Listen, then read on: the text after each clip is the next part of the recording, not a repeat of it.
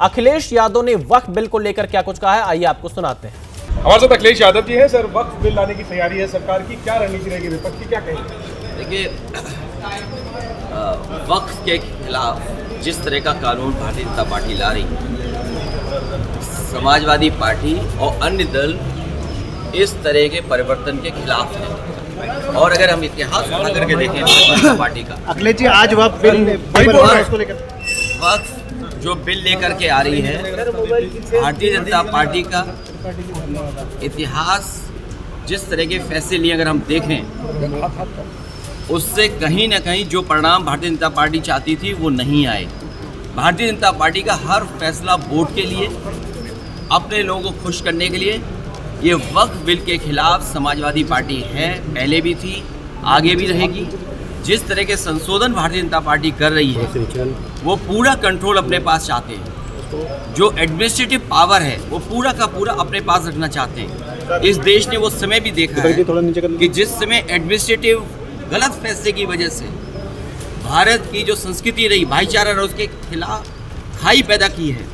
और अगर हम इनका जो फैसले लिए अगर पलट करके देखें, एंग्लो इंडियन बिल जिसमें कि एक सदस्य एक बनता था, चुन करके आता, वो अपॉइंट होता था, वो बिल ले लिया वापस, वो आरक्षण छीन लिया, आरक्षण एंग्लो इंडियन का छीना, नोटबंदी से रुपया छीना, लेकिन भ्रष्टाचार बढ़ गया, रुपए आज भी निकल रहे हैं। जीएसटी कानून लाए, उधर व्यापारियों का सब कुछ छिन गया, दिन भर वो केवल जीएसटी का चक्कर काट रहे हैं। तो जीएसटी हो, नोटबंदी हो या अन्य फैसले हों, ये छीनने का काम करते हैं, लोगों का कुछ न कुछ छीनने का काम करते हैं। वक्फ के माध्यम से ये कहीं न कहीं संदेश ये देना चाहते हैं कि अपना वोट बैंक ठीक कर लें, क्योंकि नौकरी दी नहीं, रोजगार दिया नहीं, किसान की आय दोगुनी हुई नहीं, तो इनका वोटर भी इनसे नाराज़ है। देखिए, जिस वोटर को ये तुष्टीकरण कहते थे, हम लोग तुष्टीकरण कर रहे हैं, क्या ये तुष्टीकरण नहीं दे रहे हैं, कर रहे हैं किट बांट करके। अभी ईद पर जो किट दी है, क्या ये तुष्टीकरण में नहीं आएगा? क्योंकि इनको पता है इनका वोट खिसक गया है। अभी तक तो ये हिंदू भाइयों को गुमराह करते थे, अब इनकी कोशिश है कि मुसलमान भाइयों को भी गुमराह कर दें। योगी आदित्यनाथ कर रहे हैं सर, कह रहे हैं कि वक्त पे आप एंग्लो इंडियन इन्होंने छीना, क्या विपक्ष ने गुमराह किया? आपने आरक्षण छीना, जो यहाँ पर लोकसभा में चुन करके आते थे, असेंबलीज में अपॉइंट होते थे, तो वो छीना आपने। नोटबंदी पे आपने कहा कि आतंकवाद खत्म हो जाएगा, इनके लोगों को माफ़ी मांगने जाना पड़ा। क्या आप सोच सकते हो? फौज के गलत फैसले की वजह से, हालांकि नई बात बनती है ये कहने की है, लेकिन फिर भी कह रहे हैं, एक घटना ऐसी हुई जिसमें इनको माफ़ी मांगनी पड़ी फौज के बड़े अधिकारी को जाकर के, जो गलत इनकाउंटर हुआ था।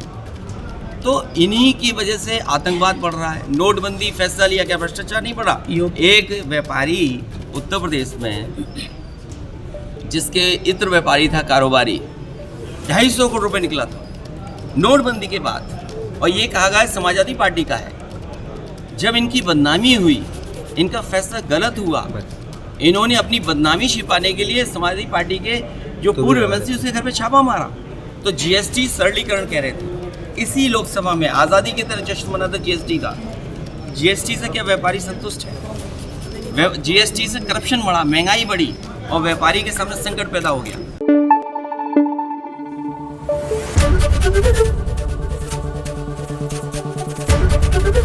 एबीपी न्यूज आपको रखे आगे।